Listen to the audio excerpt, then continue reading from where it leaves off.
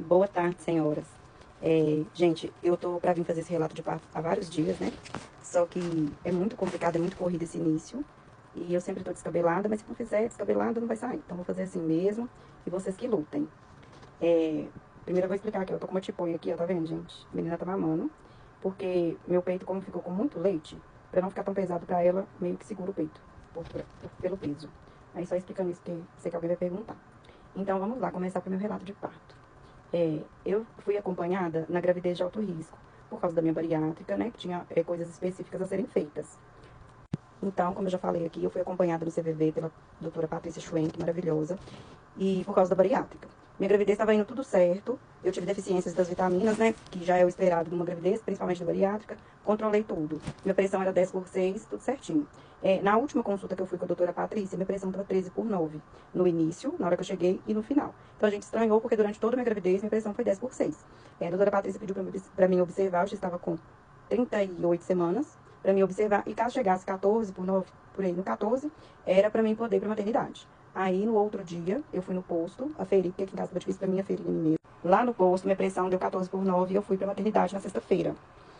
Chegando na maternidade, fiquei lá horas esperando, e pediram exames de urina e sangue para poder ver se era pré-eclâmpsia.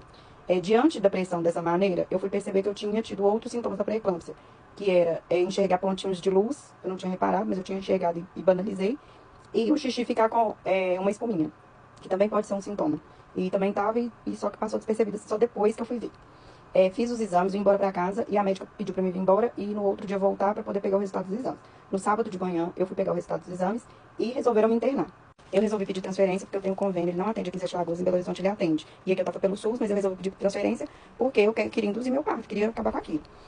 Tentamos transferir pro Hospital do Ipseng e pro Mater Dei e também sem sucesso.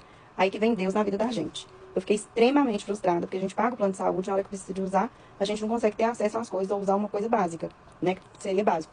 Lá no hospital, se eu chegasse lá no hospital, eles teriam que me atender, mas eles não estavam aceitando a transferência, então era arriscado eu tentar transferir por meios próprios, né, e vai que eu já estava tendo essa menina no caminho, eu já estava perdendo o tampão, tinha alguns dias, então eu tive que ficar. Aí a medicação chegou. Após eu ter ficado muito frustrada com a não transferência, a medicação chegou.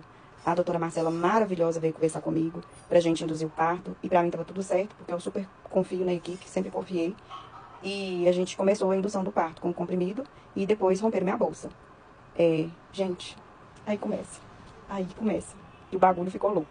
Romperam minha bolsa por volta das 18 horas e após isso começaram as contrações. A equipe do dia mudou pra noite e aí é que eu falo que vem Deus na vida da gente, porque quem pegou plantão sem eu saber que iria pegar plantão era a doutora Thaís, que é uma maravilhosa, eu já experimentei dezenas de vezes pra ela e ela indiretamente acompanhou minha gestação, porque pela nossa amizade eu sempre mandava pra ela as coisas, inclusive a questão do pré-eclâmpsia eu tinha mandado pra ela, ela sempre me instruiu muito as coisas que eu precisava da gravidez e por coincidência ela pegou esse plantão.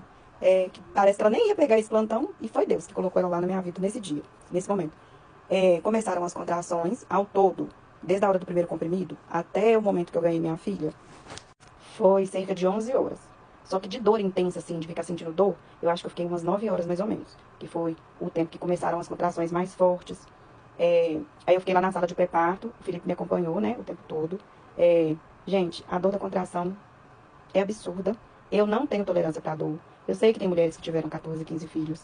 E eu dei parabéns pra minha cunhada que teve 3 normal, que ela foi corajosa. Porque eu não quero mais ter um parto normal.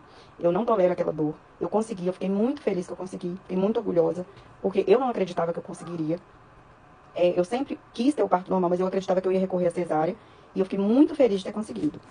Mas acabou que eu meio que consegui na marra, porque eu me humilhei por uma cesárea. Depois de horas. Tentei, gente, fazer a cesárea, mas já não dava mais tempo. Eu tenho muito que agradecer as meninas lá do bloco obstétrico, que até a força que eu tinha que fazer, elas me ensinaram, porque eu não fiz nem fisioterapia pélvica, não me preparei nesse sentido, não. Eu, sinceramente, eu achava que eu ia tentar o normal, mas no final eu ia fazer cesárea. Só que, na hora que eu pedi a cesárea, já não dava mais. A doutora Thaís e a doutora Rafaela não desacreditaram e não desistiram de mim um minuto.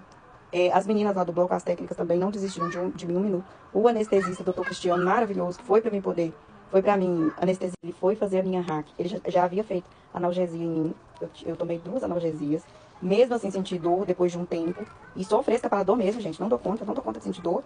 E ele fez de uma boa vontade e foi fazer minha... eu assinei até um termo, né, da cesárea, porque não era o indicado, principalmente no momento que eu tava, mas eu não tava aguentando de dor, eu pedi pelo amor de Deus. Só que Deus faz tudo certo e ninguém desistiu de mim. Não deu pra fazer a cesárea pelo tempo que tava, tinha que ser o normal. E a doutora Thaís, a doutora Rafaela, maravilhosa, que não desistiu de mim um minuto. Felipe, que não desistiu de mim um minuto. E eu consegui fazer o parto normal. Foi maravilhoso, foi uma experiência incrível. Foi uma experiência incrível. Eu precisava sentir. Era algo que eu queria muito sentir e eu não acreditava que eu conseguiria. Porém, numa próxima gestação, eu marco uma cesárea linda pra ir lá fazer, porque é muito difícil, é muito difícil. E foi isso, meninas. Eu tentei resumir assim o máximo, ficou enorme. E eu achei a amamentação mais difícil, pra falar a verdade. Apesar de toda a dor intensa, na hora que a Estela saiu, a dor acabou. Tanto que eu ganhei no banquinho, foi um parto humanizado lindo. Eu ganhei no banquinho encostada no Felipe. Elas apagaram a luz pra mim, colocou música, eu escutei Racionais, escutei Beyoncé. Teve uma hora que eu parei, pedi pra parar, porque eu fiquei tão nervosa que eu não queria escutar, mas a maioria do tempo eu escutei. E depois que a Estela nasceu, eu consegui levantar e sentar na maca pra dar os pontinhos, né? Porque lacera um pouquinho. E foi maravilhoso, foi... Eu só tenho a agradecer, assim. Eu não vou falar a palavra trauma, como eu já falei, né? Mas é muito difícil, mas foi muito bonito.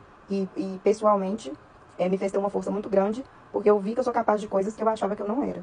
Eu achava que eu não ia conseguir a dor. Foi muito, assim, foi muito intenso, foi muito tenso. Mas foi muito bom. Deus colocou as pessoas certas na minha frente, na minha vida, naquele dia. A Isabela, a Geisa, a Samara, as outras que eu não vou lembrar o nome, a doutora Thaís, a doutora Rafa, a doutor Cristiano. Muito obrigada.